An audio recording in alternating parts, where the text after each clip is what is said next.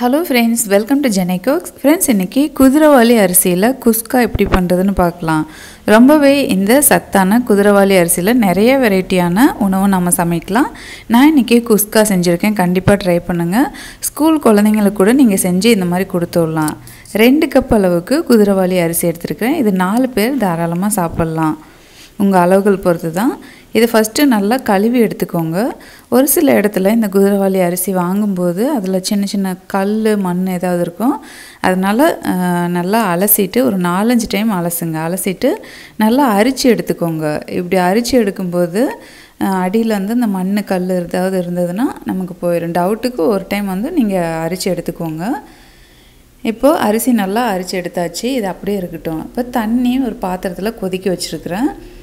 இதில் வந்து அரிசி போட்டுக்கலாம்.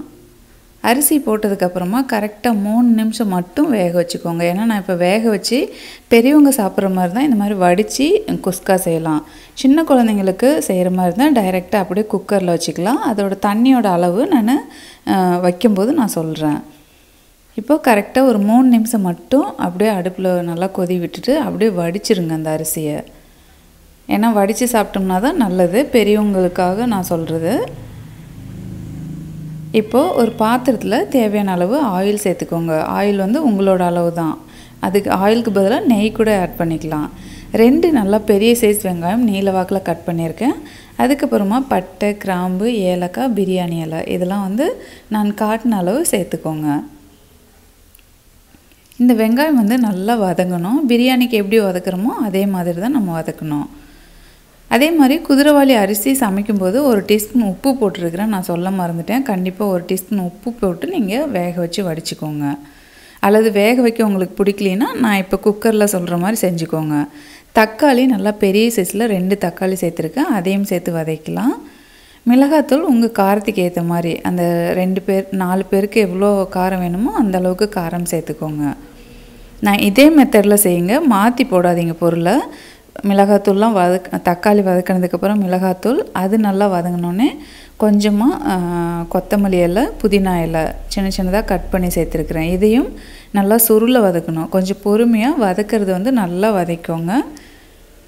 இந்த மெத்தட்லேயே நம்ம நார்மல் ரைஸ், அதாவது குஸ்காவுக்கும் இதே மாதிரி செய்யலாம். நார்மல் ரைஸ் வச்சுட்டு சீரக சம்பா, பாஸ்மதி எதில் வேணாலும் இதே மெத்தடில் செய்யுங்க.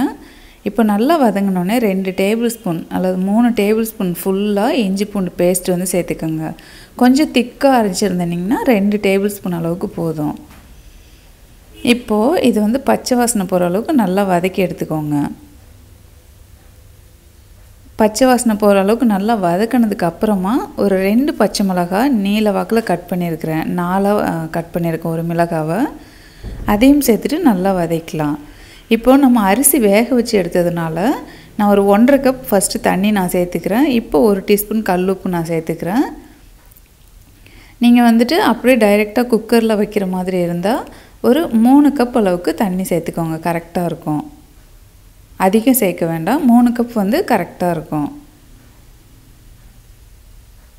இப்போது ஒரு சின்ன சைஸ் லெமன், ஒரு லெமனோட ஜூஸ் வந்து புழிஞ்சு விட்ருக்கேன். பெருசாக இருந்ததுன்னா பாதி லெமன் போதும். ஏன்னா நான் தயிர் சேர்க்க மாட்டேன், அதனால் லெமன் சேர்த்துருக்குறேன் புளிப்புக்காக. அவ்வளோதான். இது நல்லா கலந்தாச்சு. எல்லாம் உப்புலாம் செக் பண்ணிக்கோங்க. இப்போ வந்து நம்ம வேக வச்சுருக்கிற குதிரைவாலி அரிசி வந்து இது கூட சேர்த்துக்கலாம். கொஞ்சம் உதிரியாக, ஏன்னா சின்ன குழந்தைங்களாம் பார்த்திங்கன்னா அப்படியே உதிரியாக சாப்பிடுவாங்க. பெரியவங்கன்னா கொஞ்சம் கையில் பிடிச்ச மாதிரி சாப்பிடுவாங்க. அதுக்கு தகுந்த அளவுக்கு நான் தண்ணி சொல்லியிருக்கிறேன். குழந்தைங்களுக்கு இந்த மாதிரி உதிரியாக சாப்பிட்ற மாதிரி செய்யணுன்னா நீங்கள் வந்து அந்த 2 கப் அரிசிக்கு 3 கப் தண்ணி அல்லது 4 கப் கரெக்டாக இருக்கும். இந்த மெத்தடில் செய்கிற மாதிரி இருந்தால் ஃபஸ்ட்டு 1.5 கப் சேர்த்துருக்குறேன். இன்னும் ஒருவேளை உங்களுக்கு இன்னும் கொஞ்சம் நல்லா பத்தலைன்னா இன்னும் 1 கப் நல்லா கொதிக்க வச்ச தண்ணி வந்து இது கூட சேர்த்துக்கோங்க. இல்லாட்டி நம்ம ஃபஸ்ட்டே சேர்த்து அந்த 1.5 கப் தண்ணியே நமக்கு கரெக்டாக இருக்கும். நல்லா உதிரியாக வேணும்னா. நல்லா பதமாக சாப்பிட்றவங்களுக்காக நான் எக்ஸ்ட்ரா 1 கப் நான் ஆட் பண்ணியிருக்கேன். உப்பு எல்லாமே முன்னாடியே சேர்த்தாச்சு. இப்போது பட்டை, கிராம்பு, ஏலக்காய் இதை பொடி பண்ணிவிட்டு மேலே தூவிக்கோங்க. சூப்பராக இருக்கும் இந்த மாதிரி செய்யும்போது. ஒரு பெரிய துண்டு பட்டை, 2 ஏலக்காய், 4 கிராம்பு இதை வந்து பொடி பண்ணி இது கூட சேர்த்துட்டு அப்படியே ஒரு 5-6 நிமிஷம் அப்படியே அடுப்பில் சிம்மில் வச்சுக்கோங்க. ஒருவேளை அடி பிடிக்கிற மாதிரி இருந்ததுன்னா அடியில் வந்து தோசைக்கல் வச்சுட்டு வச்சுக்கோங்க. தோசைக்கல் நல்லா சூடானதுக்கப்புறம் சாப்பாடு தூக்கி வச்சுருக்கணும். அடுப்பு வந்து ஆன்லேயே தான் இருக்கணும். அதுக்கப்புறமா ஒரு 7-8 நிமிஷம் கழிச்சிட்டு ஸ்டவ் ஆஃப் பண்ணிடுங்க. சூப்பரான குதிரைவாலி குஸ்கா வந்து தயாராகிடும். இதில் ஏதாவது டவுட் இருந்தால் கீழே கமெண்ட் பண்ணுங்கள்.